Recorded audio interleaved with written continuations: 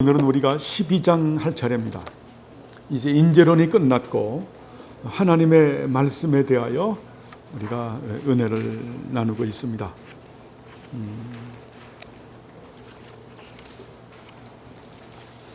그동안 우리가 공부한 것을 생각을 해보면 하나님의 속성에 대하여 은혜를 나누었고, 그 다음에 삼위일체 하나님에 대하여, 그리고 하나님의 영원한 작정에 대하여, 그 다음에 그 인간 창조에 대하여, 그리고 하나님의 그 통치라고 하는 하나님의 나라와 그 다음에 그 인재론에 대하여 은혜를 나누었죠. 이제 그리고 하나님의 말씀에 대하여 들어왔습니다. 12장.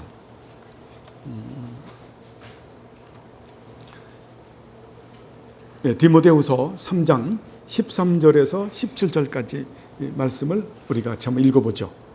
자, 시작. 악한 사람들과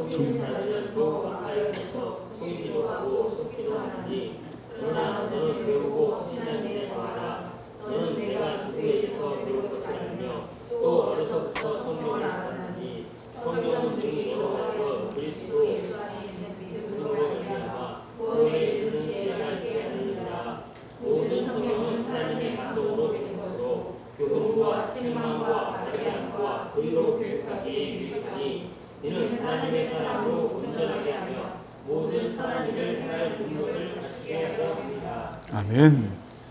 자, 그래서 성령님께서는 하나님의 말씀인 성경을 가지시고 우리의 생각에 기록하시고 마음판에 새기시죠. 그래서 우리로 하여금 예수 그리스도의 장성한 분량에 이르기까지 자라게 하시고, 그리고 삼위일체 하나님과 예수 그리스도의 속성과 성품을 닮아가게 하시죠. 우리가 다음 주에 보겠지만은 요한계시록의 21장을 보면 새 예루살렘에 대한 말씀이 나오거든요. 새 예루살렘은 바로 그 교회를 말하는 겁니다. 성경에서, 계시록에서 말하는 교회는 하나의 거룩한 공교회를 말하는 거죠. 그죠? 그것은 뭐냐면 14만 4천으로 되어져 있는 그 전투적 교회, 그리고 신옷 입은 무리의 그 승리의 교회죠. 우리가 전투적 교회와 승리의 교회, 이 지상교회와 천상교회를 구분을 하지만 성경은 결코 이원론을 허락하지 않죠. 분리시키지를 않죠. 그죠? 그래서 그것을 갖다가 우리 정통신학에서는 하나의 거룩한 공교회라고 말하죠. 그래서 그 사도신경에서도 고백을 하죠. 하나의 거룩한 교회를 믿사오며, 공교회를 말하는 거죠. 그것을 갖다가 이제 성경신학을 하시는 분들은 교회 공동체라고 하는 표현을 씁니다. 근데 그거보다는 우리 그 교회신학 표현이 좋은 것 같아요. 하나의 거룩한 공교회가 더 표현이 좋은 것 같아요. 그러나 그걸 가지고 싸우고 싶은 마음은 없고요. 그래야 우리가 이해가 쉽잖아요. 그죠? 하나의 거룩한 공교회에 우리는 속해져 있다. 그래서 그 하나의 거룩한 공교회의 완성이 계시록 21장에 나오는 새 예루살렘이거든요. 계시록 21장의 새 예루살렘은 하나의 거룩한 공교회에 대한 설명인 거예요. 그 교회에 대한 설명인데 그것을 천국이라고 말해서 내가 본 천국이라고 하면은 그 자체가 시작부터가 잘못된 거죠. 그래서 여러분, 그런 것은 안 보시길 바랍니다. 지금 TV에 하는 악귀라고 하는 걸 제가 1편을 봤거든요. 1편을 딱 보면서 뭐 이미 이제 거기서 쓰는 모든 그 소재도 내러티브를 비롯해서 뭐 주제, 어떻게 스토리텔링 될 것인가 하는 걸 전부 다 파악을 하죠. 그 작가의 의도를. 그래서 이거는 안 보는 게 유익이다. 그건 굉장히 지저분한 거거든요. 오히려 그 사탄의 역사를 해서 여러분에게 안 좋은 영상만을 남기고 기도할 때 그게 방해가 돼요. 기도할 때 방해가 있고, 그리고 혼자 있을 때 마치 그런 봤던 장면들, 두려웠던 기억들이 탁탁탁탁 나타나요. 사탄이 그렇게 역사한다라는 거예요. 그래서 여러분, 안 보는 게 좋아요. 안 보는 게. 저는 또 가평에서 기도하고 있잖아요. 그런 데서 본 그런 게 잔영이 떠오르면 좋을 게 뭐가 있어요? 그래서 안 보는 겁니다. 저도 안 보는 거거든요. 그것식으로 우리가 어쨌든 계시록 21장 말씀에는 교회 완성인데 거기 보면 어때? 그 교회가 다 12로 다 되어 있잖아요. 12보석, 12기초석, 뭐 12사도, 12제자 전부 돼서 14만 4천 대 것도 그 12의 배성인 거예요. 전부 다. 144대 것도 12 곱하기 12 곱하기 10을 말하고 전부 교회를 말하는 거예요. 나중에 그 다 여러분에게 말씀드리겠지만, 그러면서 거기서 해는 12보석. 그게 우리를 말하는 거거든요. 교회 구성원이 12보석. 그 12보석이 뭘 말하냐면 하나님, 삼위일체 하나님과 예수 그리스도의 거룩한 속성을 드러내는 거예요.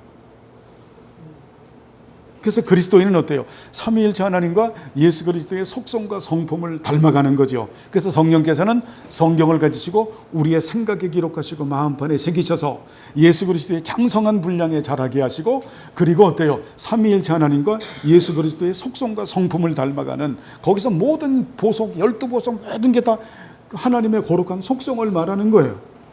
그리스도인은 어때요? 삼위일체 하나님과 예수 그리스도의 속성과 성품을 닮아가는 사람들이죠. 그러면서 어때요?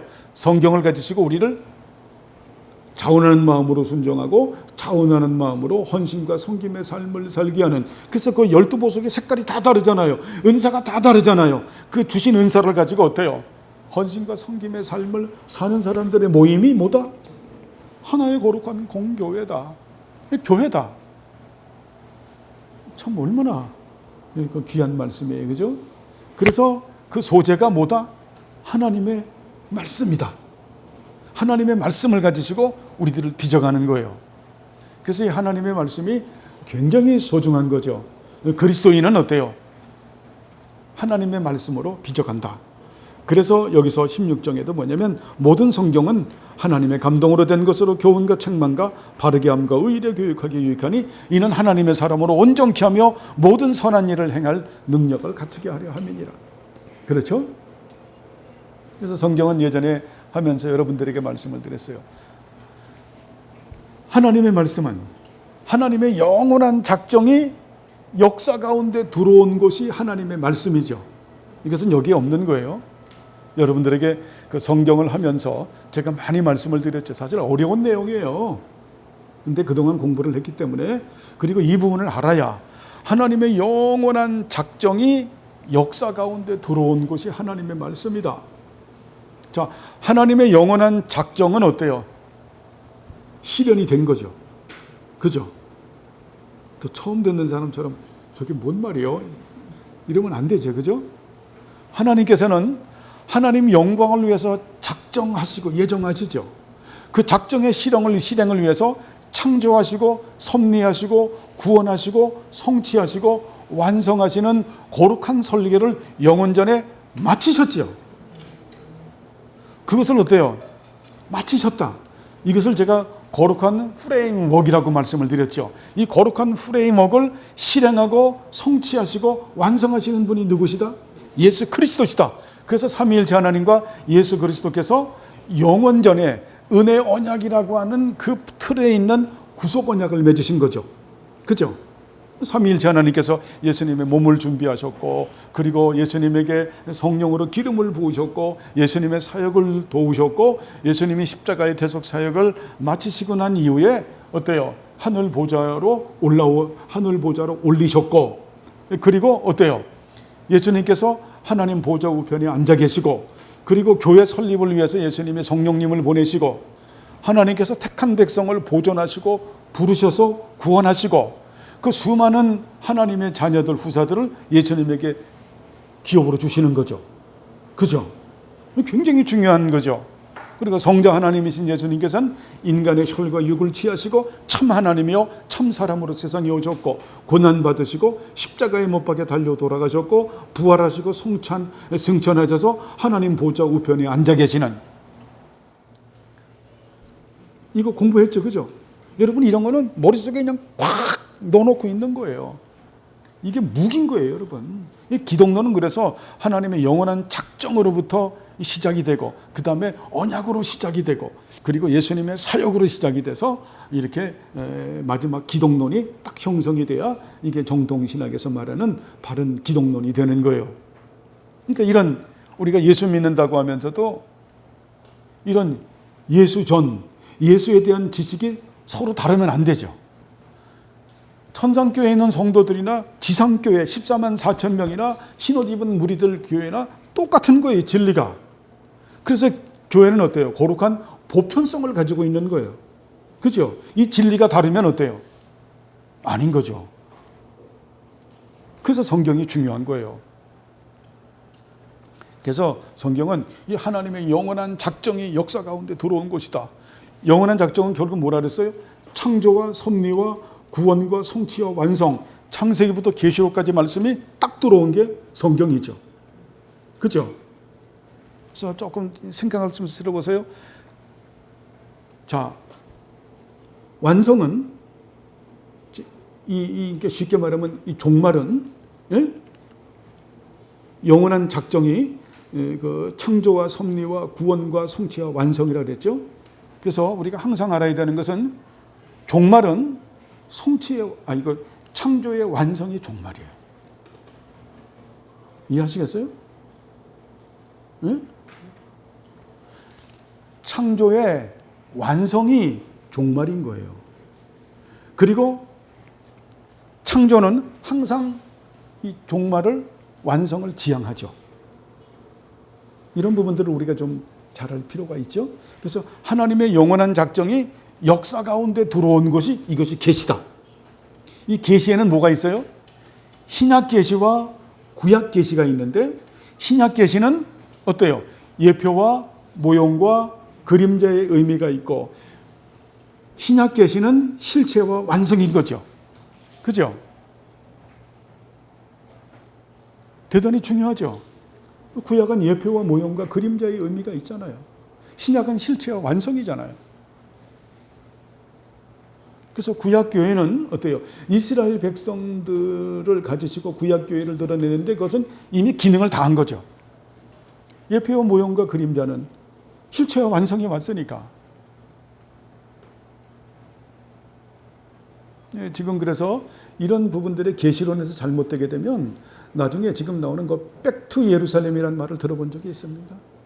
백투 예루살렘. 백투 예루살렘이 그 세상 끝을 갖다가 예루살렘으로 말하는 거예요. 예? 그래서 예루살렘이 이게 회복이 되면 세상이 끝나는 거다. 그 말도 안 되는 소리를 하죠. 구약의 이스라엘은 어때요? 혈통적 이스라엘이기 때문에 그걸로 사명을 다 마친 거죠. 끝난 거예요. 근데 무슨 백투 예루살렘이야. 예수님이 무슨 예루살렘으로 재림을 해. 예수님이 예루살렘으로 재림해야 되니까 어때요? 혈통적 유대인들을 갖다가 크리스찬들로 만들어야 된다. 메시앙주의자들이 지금 많은 거예요. 이거는 어때요? 다분히 이단적 요소를 가지고 있다. 이 계시가 잘못되면요, 그렇게 잘못되는 거예요. 그래서 구약은 예표와 모형과 그림자의 의미를 가지고 있고, 신약은 실체와 완성이다. 그렇기 때문에 우리는 이 계시가 결코 발전한다고 얘기하지 않는다. 이 발전 사관이 엄청 많은 거예요, 지금. 계시는 발전하지 않는다. 왜냐하면 계시라고 하는 것은 하나님의 속성의 발현이죠. 그래서 일체성과 통일성과 완전성과 불변성과 무성을 가지고 있기 때문에 계시는 절대 완전성이 있기 때문에 계시는 발전하는 게 아니에요. 저도 이 부분 가지고 그냥 얼마 전에도 그냥 막 거품을 물고 막 그냥 절대 아니다. 서로 그래서 그냥 어느 정도 선에서 타협은 졌지만, 예? 이것은 어때요? 발전하는 것처럼 보이는 것은 뭘 말하는 겁니까? 계시를 좀 더 드러내는 거죠. 이걸 갖다가 우리는 정통신학에서는 판명성이라고 말하는 거예요. 판명성의 차이일 뿐이다. 그게 맞죠, 그죠? 판명성의 차이인 거예요. 이걸 보고 계시라고 말하면은, 계시의 발전이라고 말하면은 나중에 이것은 해결의 역사 발전주의와 만나서 역사의 현상 가운데서 해석하려고 하는 이런 어떤 그 사색 능력을 갖게 돼요. 그렇게 되면 길을 잃어버리는 거죠. 그래서 모든 성경은 이러한 계시론에서, 그래서 모든 성경은 그래서 공적인 표준 문서에 근거해서 우리가 해석을 해야 돼요. 그럴 수밖에 없는 거예요. 왜요? 공적 표준 문서를 갖다가 우리에게 어때요? 공적인 표준 문서를 우리에게 크라이테리어로 주셨기 때문에. 초대 교부들을 가지시고 어때요? 그 당시 국가의 관원들을 동원해서 우리에게 주셨던 캐톨릭 신경, 사도신경, 니케아, 칼케톤, 아타나시우스 신조와 같은 이런 캐톨릭 신경과 종교개혁자들의 신조, 이 벨직 신앙고백서, 하이델베르그 카테키즘, 그리고 17세기 초반에 있는 도르트 신조, 그리고 웨스트민스터 신앙고백서, 그 외에도 뭐 헝가리 신앙고백서, 제네바 신앙고백서, 우리가 뭐 많이 공부했죠, 그죠? 그런 종교개혁 시대 때 공적인 표준 문서, 이 부분들로 우리는 어때요? 성경 해석을 검증하는 수밖에 없는 거예요. 그래서 마지막 검증은 우리가 바른 교리를 가지고 한다. 이게 맞아요. 그래서 여러분들에게 말씀드린 거예요. 우리가 성경, 솔라 스크립출라, 오직 성경으로, 종교개혁자들이 말하는 솔라 스크립출라라고 하는 이 뜻은 성경 66권을 말씀하는데 여기에는 어때요? 7개의 로지, 우리가 지금 공부하고 있는 자, 성경론, 삼위일체 신론, 그 다음에 인재론, 기독론, 구원론, 교회론, 종말론이라고 하는 7개의 로지와 그리고 캐톨릭 신경과 종교개혁자들의 신조와 그리고 그것을 울타리로 삼아서 깨달은 성경 66권의 말씀이 이것이 어때요? 솔라 스크립출라예요. 우리는 이 전통을, 역사적 전통의 그 교회에 말하는 이러한 성경론을 우리는 따라가죠. 그죠? 지금 있는 이런 얘기를 지금 하면 막 그냥 보글보글해요. 보글보글해도 우린 뭐 거기서 뭐 눈 하나 깜짝하면 안 돼요. 응? 왜? 이게 맞기 때문에. 이게 맞는 거예요. 이게 맞는 거예요. 이렇게 우리가 이런 성경론을 가져야 뭐 단순히 뭐 하나님 말씀하니까 뭐 이걸 가지고 있어야 우리 어때요? 우리의 신앙이 여러분 정말 어떤 코어가 생겨요. 핵심이 생겨. 코어가 생기고 나서 핵심이 생기고 나서 이게 빌드업이 돼가는 거예요. 이것이 없으면 눈이 뭉쳐지질 않는다라는 거예요. 뭉쳐지질 않아요. 뭉쳐지지 않는 이유는 뭐냐면은 계시가 발전하기 때문에 어떤 때는 이 말에, 어떤 때는 저 말에, 또 어떤 때는 저 말에. 그러니까 어때요? 상황에 따라서 좀 달라짐이 있어. 그러니까 계시의 진리가 형성이 안 되는 거예요. 형성이 안 돼. 여러분 눈사람 만들어 봤잖아요. 눈을 땅땅하게 묻혀가지고 그냥 돌덩이처럼 땅땅해야지 그래야 굴려야 눈사람이 되는데 이게 안 되니까 단단하지 않으니까 가면 또 깨지고 또 깨지고 언제 뭐 진리는 바로 그와 같다. 그래서 우리가 바른 성경관의 토 위에서 거기서 어때요? 삼위일체의 진리를 그동안 우리가 공부하고 그죠?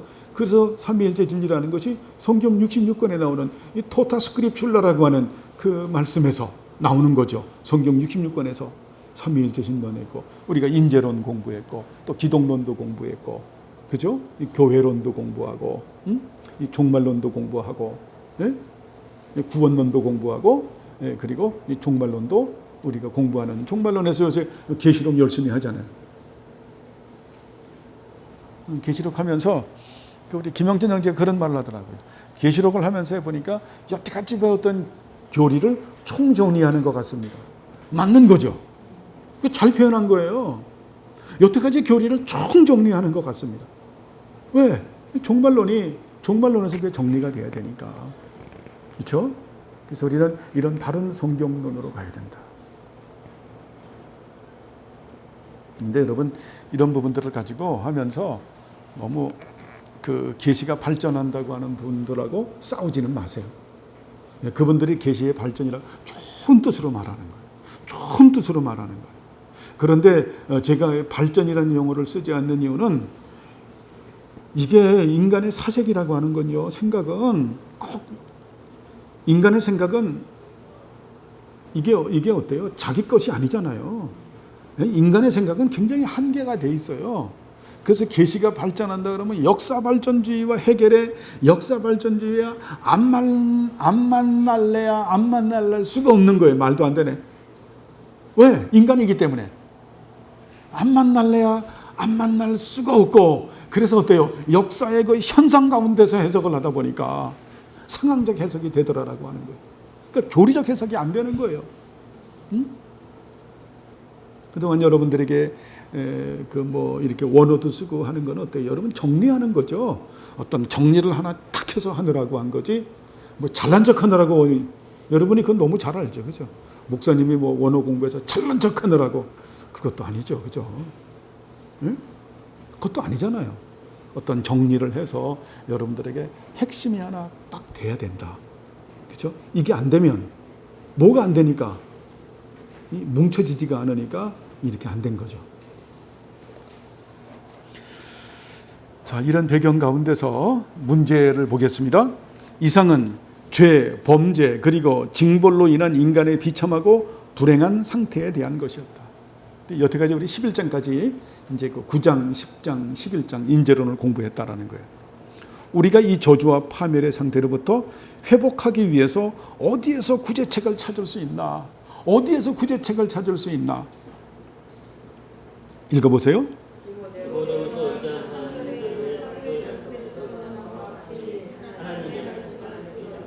자, 저주와 파멸의 상태에서 회복하기 위해서는 어디에서 구제책을 찾아? 횡간을 좀 읽을 줄 알아야 되죠. 먼저는 어때요? 예수 그리스도 안에서 찾아야죠, 그렇죠? 예수 그리스도 안에서, 예수 그리스도 안에서 예수님의 십자가의 대속 사역의 은총에서 우리는 어때요? 저주와 파멸의 상태에서 회복할 수가 있는 거죠. 왜요? 예수님께서 이런 인간이 받아야 되는 저주와 파멸을 십자가에서 대신 받으셨기 때문에 성경보다 먼저는 어때요? 이게 그 하나님 말씀 안에서라고 하는 이 단어를 쓴 거는 이제 그 포괄적 표현이에요. 예수님의 십자가의 대속 사역의 은총에 함의하고 있는 거죠. 근데 그것을 이해시키기 위해서 여러분들에게 말씀을 드리는, 그래서 우리가 예수님 안에서, 그리고 예수님 안에 있다고 하는 것은 누구 안에 있는 겁니까? 하나님 말씀 안에 있는 거죠. 이것도 우리가 지금 여러분들하고 공부 많이 했잖아요. 자, 예수님의 위격이 어떤 위격이라 그랬죠? 영원한 말씀이고 생명의 말씀이 예수님의 위격이죠. 그렇죠? 예수님이 어때요? 예수님은 삼위일체 하나님에서 제2위 되시는 하나님이시죠. 예수님은 제2위 되시는 하나님이신데 예수님의 위격을 우리가 어때요? 예수님은 영원한 말씀이시고 생명의 말씀이라고 하는 위격을 가지고 계신 분이잖아요. 그래서 영원한 말씀이신 예수님께서 어때요? 성부 하나님과 성령 하나님과 성부와 성자와 더불어서 창조와 재창조의 사역에 참여하고 담당하면서 우리들에게 뭘 줬어요? 예수님께서 존재를 부여하시잖아요. 그죠? 성령님은 생명을 부여하시고 영원한 말씀이신 예수님. 그래서 로고스. 그래서 또 본의 아니게 또 헬라어를 또 쓰네. 무엇이다. 세온. 무엇은 하나님이다. 홀로고스. 그 말씀은 그 하나님이시다. 예수님이 어때요? 말씀이죠. 그럼요. 그죠? 그래서 우리가 예수님을 사랑한다라고 하는 것은 말씀을 사랑하는 거죠. 또 하나님을 사랑한다고 하는 것은 말씀을 사랑하는 거죠. 그죠? 왜요? 말씀은 하나님의 속성의 발현이기 때문에. 그래서 삼위가 일체로 계신 거예요. 그죠? 그래서 우리들은 어떻습니까? 말씀 안에 살고 말씀 따라 살고 말씀과 함께 거하면서 말씀과 동행하면서 살아야죠. 그 말씀이 누굽니까? 예수 그리스도. 그렇죠? 그래서 우리가 회복하려고 하면 하나님의 말씀으로 회복해야 된다. 말씀이 하나님과 동등됨을 말하고 예수님과 동등됨을 말한다. 여러분 실제 그래요. 우리가 영적 전쟁을 치르는데도 어때요? 하나님의 말씀이 승리를 해요. 능력이 있어요. 그래서 주일학교 때 하나님의 말씀은 능력이 있어요. 요단강이 무너지고 뭐가 되네. 이런 진짜 맞는 거예요. 네? 진짜 그래요. 하나님 말씀에 능력이 있거든요. 어저께 김영찬 형제가 놀라운 고백을 했어요. 아까 제가 이민정 지사님한테도 얘기했지만은 결국 계시록에서 말하는 사탄이 가지고 역사하는 거는 이게 바알신과 만몬신을 가지고 역사하는 거군요. 결국은 맞죠, 그죠?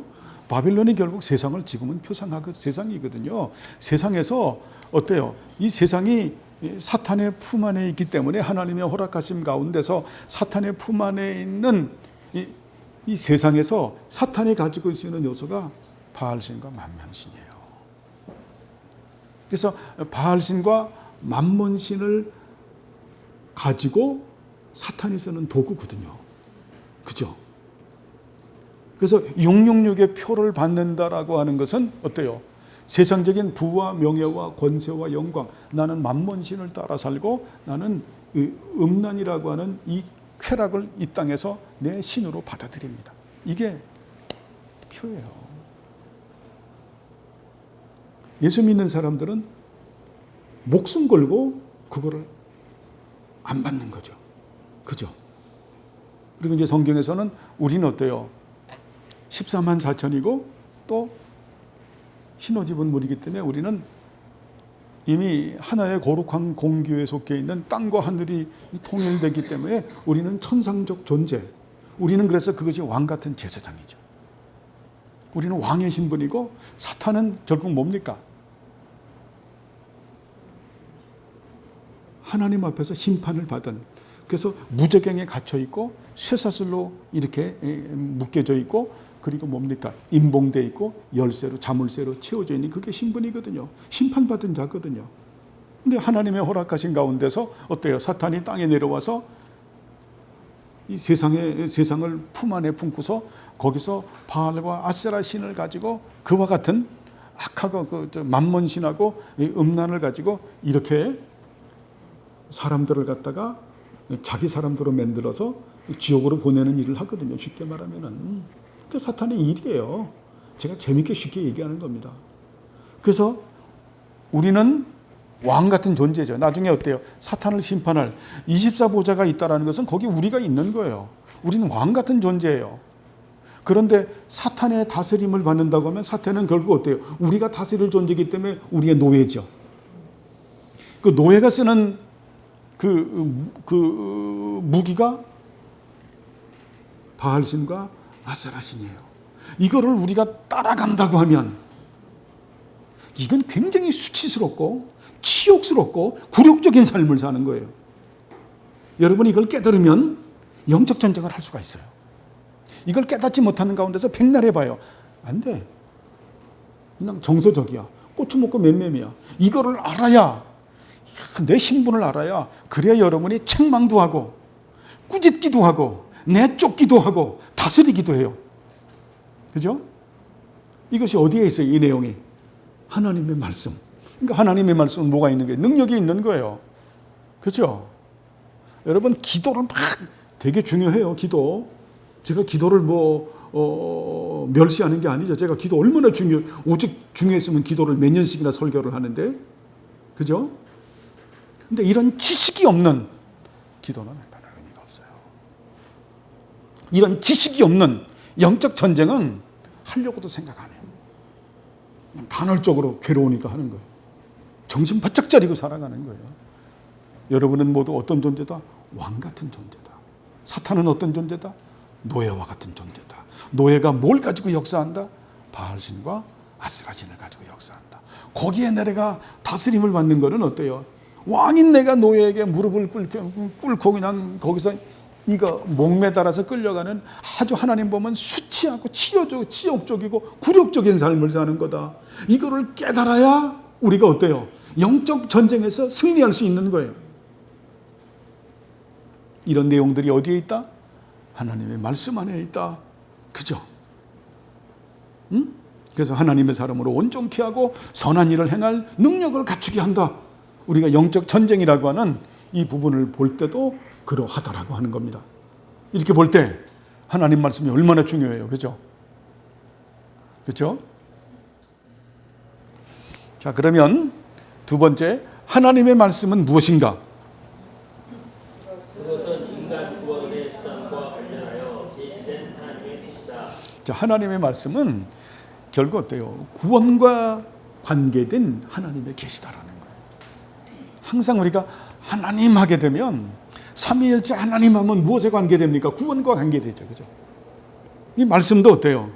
이 먼저는 우리가 이제 구원과 관계된 이제 그 최종 목적은 하나님 영광인데 항상 어때요? 인간의 수단과 관련하여 계시된 하나님의 뜻이다. 인간의 구원의 수단.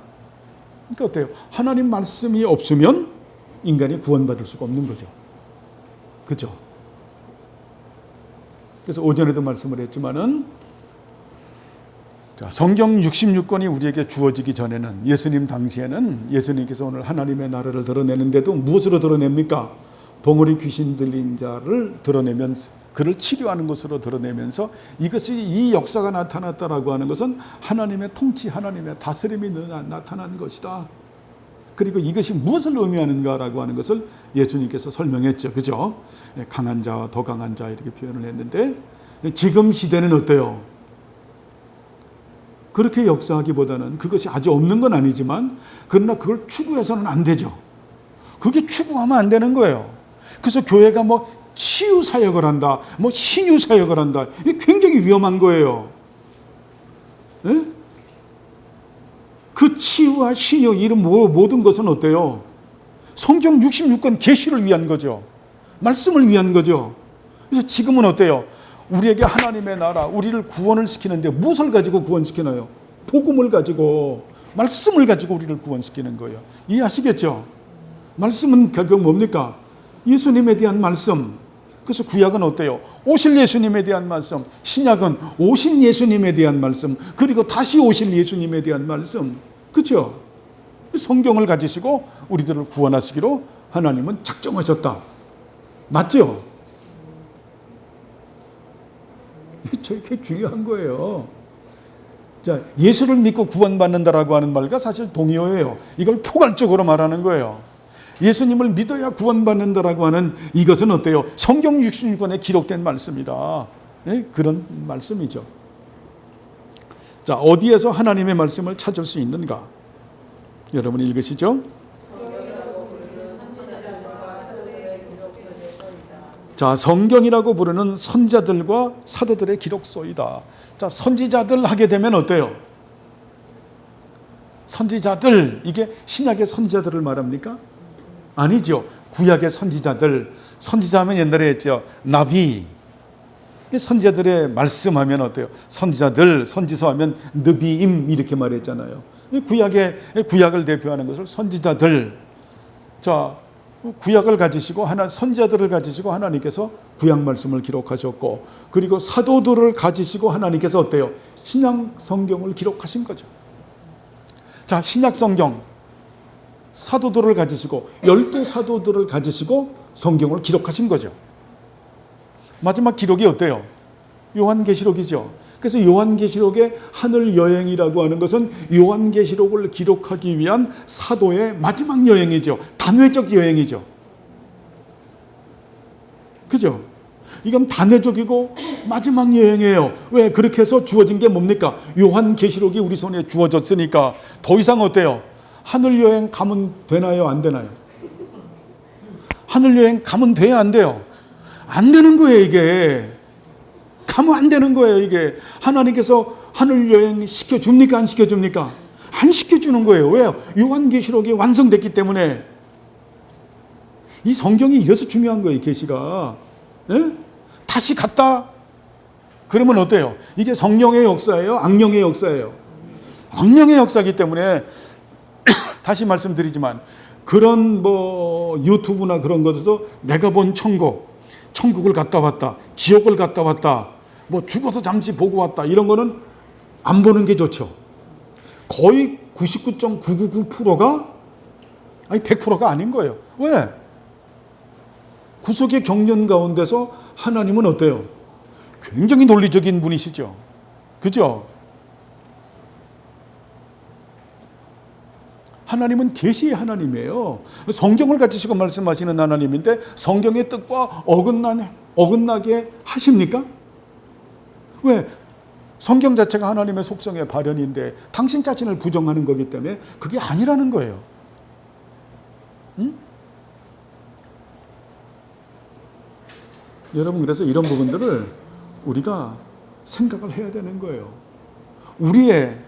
그래서 예전에 말했어요. 믿음은 어때요? 굉장히 주관적 고백이죠. 그죠? 주관적 확증이잖아요. 믿음을 다 말해보면은 자기 주관적이잖아요. 이것을 갖다가 어때요? 객관적인 이 주관적 실체를 갖다가 객관적 실체와 확증으로 드러내야 되죠. 객관적 실체가 뭐라 그랬어요? 신앙 고백이죠.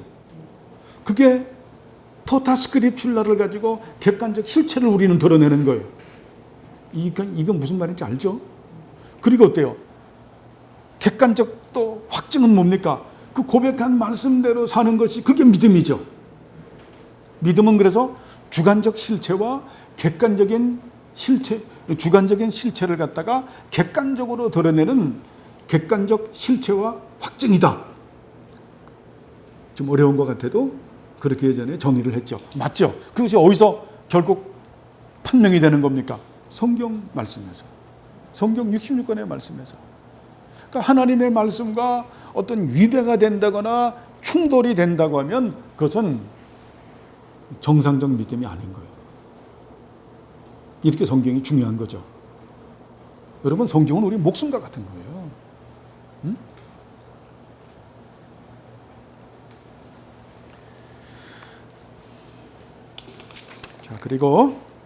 그러면 이 선지자들과 사도들은 누구인가? 조금만 더 할게요.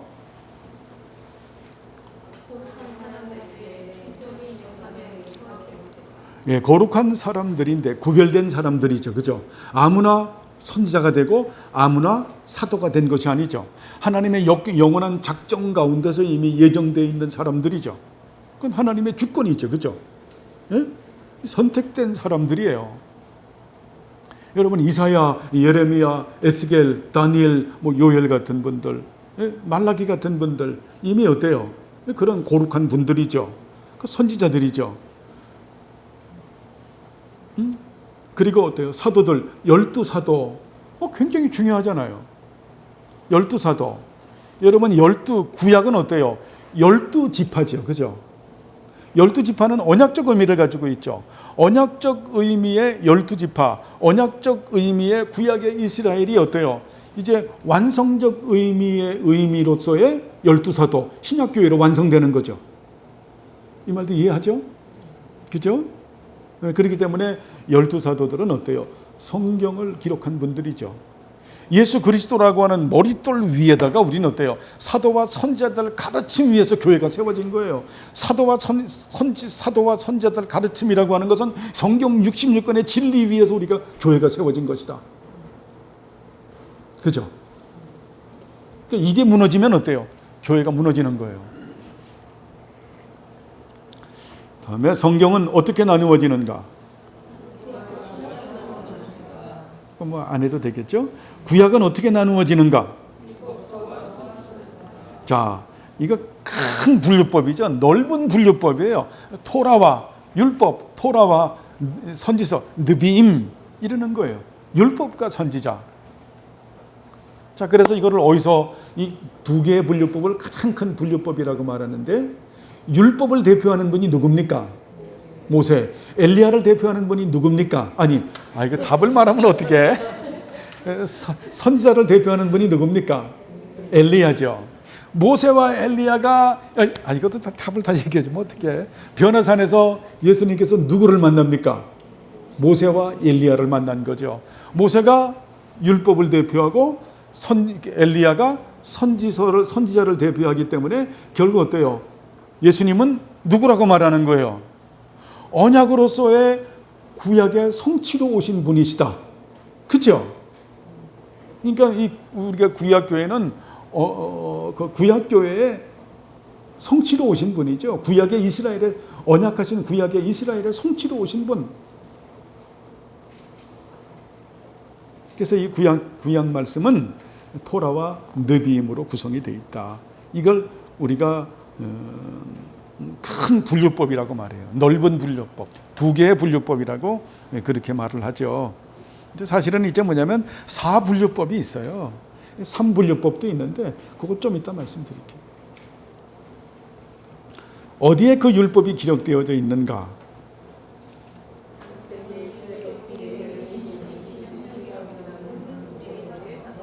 모세의 5권이 있다. 이게 우리가 모세오경이라고 말하죠.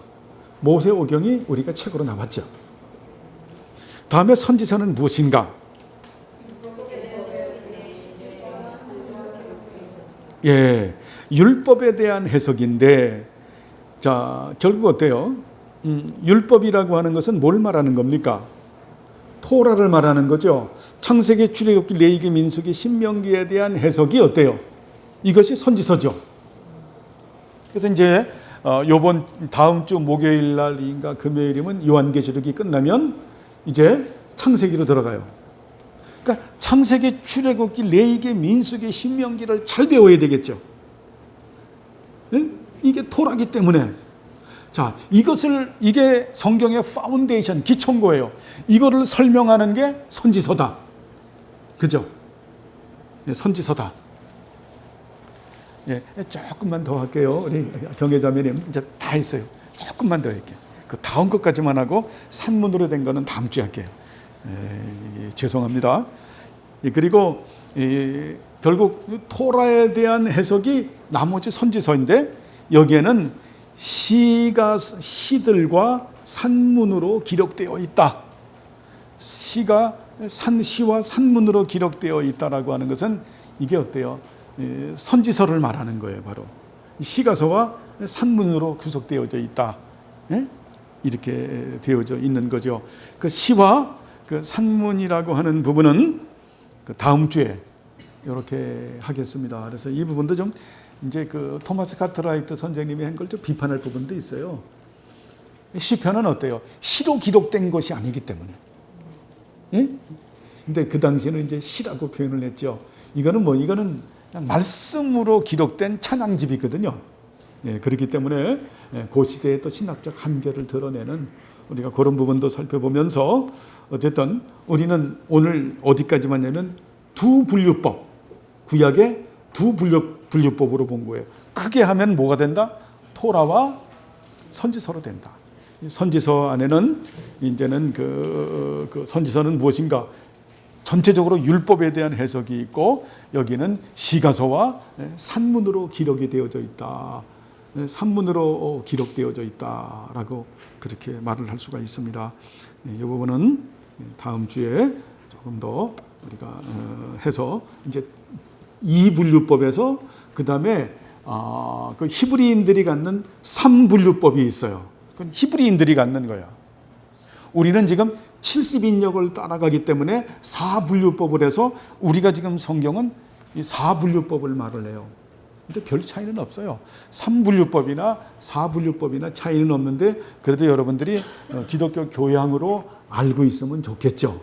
그죠? 그렇게 알고 있으면 누가 뭐라고 얘기를 해도 어디 가서 나중에 학문적 강의를 들어도 저분은 히브리인들이 갖고 있는 3분류법으로 말씀한다. 또 책을 봐도 이것은 70인역을 따라서 우리들이 지금 따라가는 4분류법을 말한다라고 하는 부분은 조금 복잡하니까 이번 다음 주에 우리가 공부할 수 있도록 그렇게 하겠습니다. 여기까지 한 것은 질문. 구약을 대표하는 분이 모세와 엘리야라고 말씀하셨잖아요.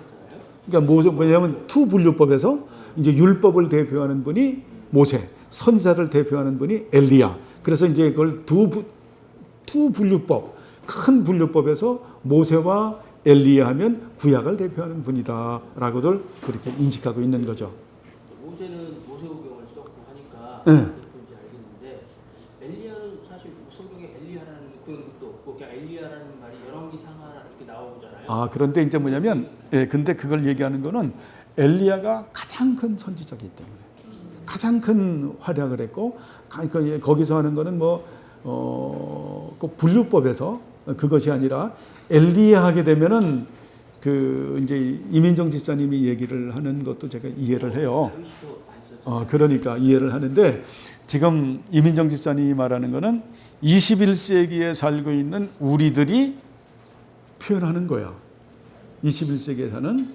그러나 그 당시에 유대인들이 생각하고 있는 그 생각은 우리 생각하고 다른 거예요.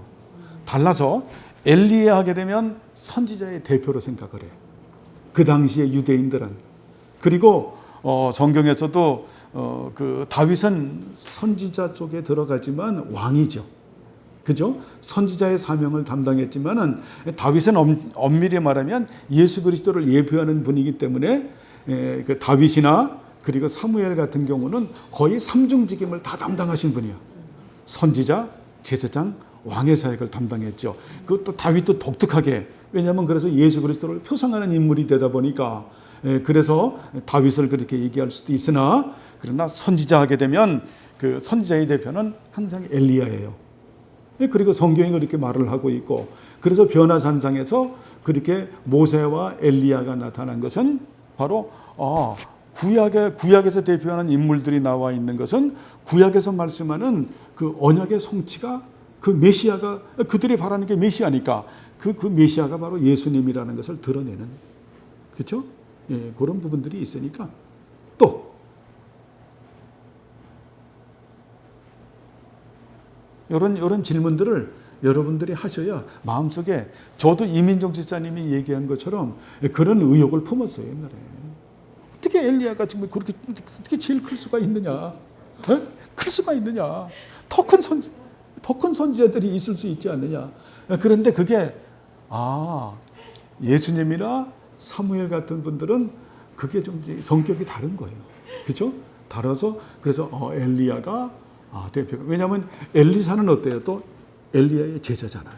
그래서 엘리야가 선지자의 대표가 되는 거예요. 아시겠죠? 그러면서 또 얘기를 또 하면 이사야 선지자는 얼마나 큰 선지자입니까? 또 이게 나오는 거예요. 예, 그렇게 하는데 이 구약에서 그래서 이걸 끌고 들어가서 막 하다 보면은 하는데, 그래서 이제 그 당시에 유대인들이 생각하는, 그래서 항상 우리가 어떤 이런 소재를 쓸 때는 그 당시에 그 유대인들의 문화, 그들의 인식, 그들의 문헌도 중요하죠, 그죠? 이런 걸 보면서 우리가, 그리고 신약에 나타나는 그 엘리야를 등장시키는 인물을 보면서 선자를 대표하는구나 하는 것을 계시의 흐름 가운데서 이렇게 해서 이렇게 쓰고 있는데 이게 맞아요, 그죠? 맞아서 그대로 따라. 또 원경이 자매는 뭐 얘기? 네, 질문 없으면 기도하죠. 하나님 아버지여, 감사를 드립니다. 우리들을 사랑하셔서 이제 인재론이 끝나고 성경론에 들어올 수 있도록 은혜 주신 하나님 감사합니다. 이 계시론, 성경론을 올바로 우리가 깨닫고 우리의 신앙이 하나님 말씀에 근거한 우리의 믿음이 되게 하시고, 우리의 삶의 규칙이 하나님의 말씀임을 깨닫고 하나님의 말씀에 순종하는 우리 모두가 될 수 있도록 은혜 내려 주옵소서. 감사드리오며 예수님의 이름으로 기도드리옵나이다. 아멘.